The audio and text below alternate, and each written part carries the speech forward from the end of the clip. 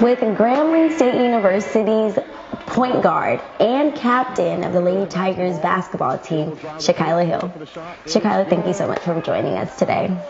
Now, we know you're the fourth person in women's basketball D1 history to get a quadruple double where you managed 15 points, 10 assists, 10 rebounds. How do you feel about that, Shakyla? Like, that's a huge accomplishment. Getting that quadruple double actually made me very excited. It made me excited for women's basketball. It made me excited for HBCU basketball.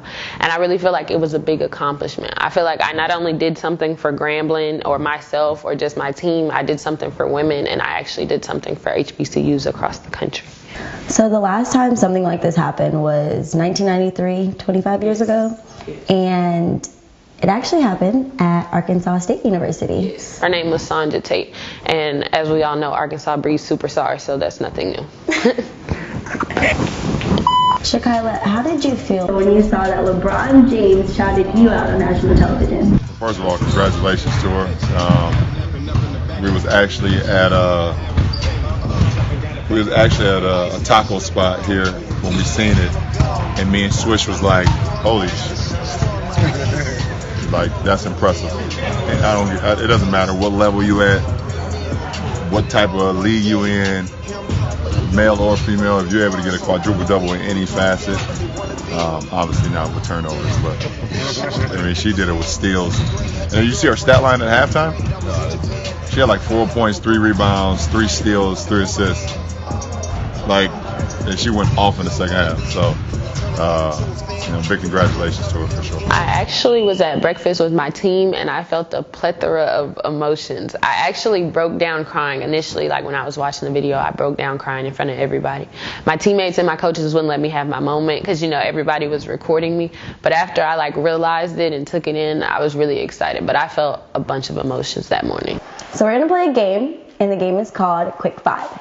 Now, with that being said, it's 5 questions, and I want you to answer them as quick as possible, okay? What's your favorite pregame song? Actually, right now, it would have to be Sam Smith, Too Good at Goodbyes. I'm actually a softie, so I listen to slow music before every game, and Sam Smith just came out with the album, so that's probably my favorite song. What's your go-to Snapchat filter? Well, for one, I don't really need a filter, but when I do incorporate a filter, it's the one with the hearts on the head, that makes your eyes real big. That's my favorite one.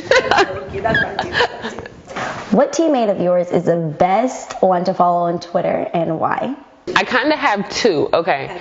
So anybody that knows me and Takira Parsons are really, we're really close. So anybody that knows her also knows she's really quiet. But if you ever look at her tweets, you would never think she was that quiet. So she just makes me laugh all the time because how she acts in person is like this quiet, shy person. And then when she tweets, it's like 2 different things. And then my second one would have to be DeRay Taylor. If you ever read DeRay's tweets, they're always motivational. They're always like ready to go. And she wants to be a clothing designer. Like, she wants to be really big. And she pushes herself every day. And if you read her tweets, you just want her to do so good. So those would probably be my 2 favorite people to follow on my team.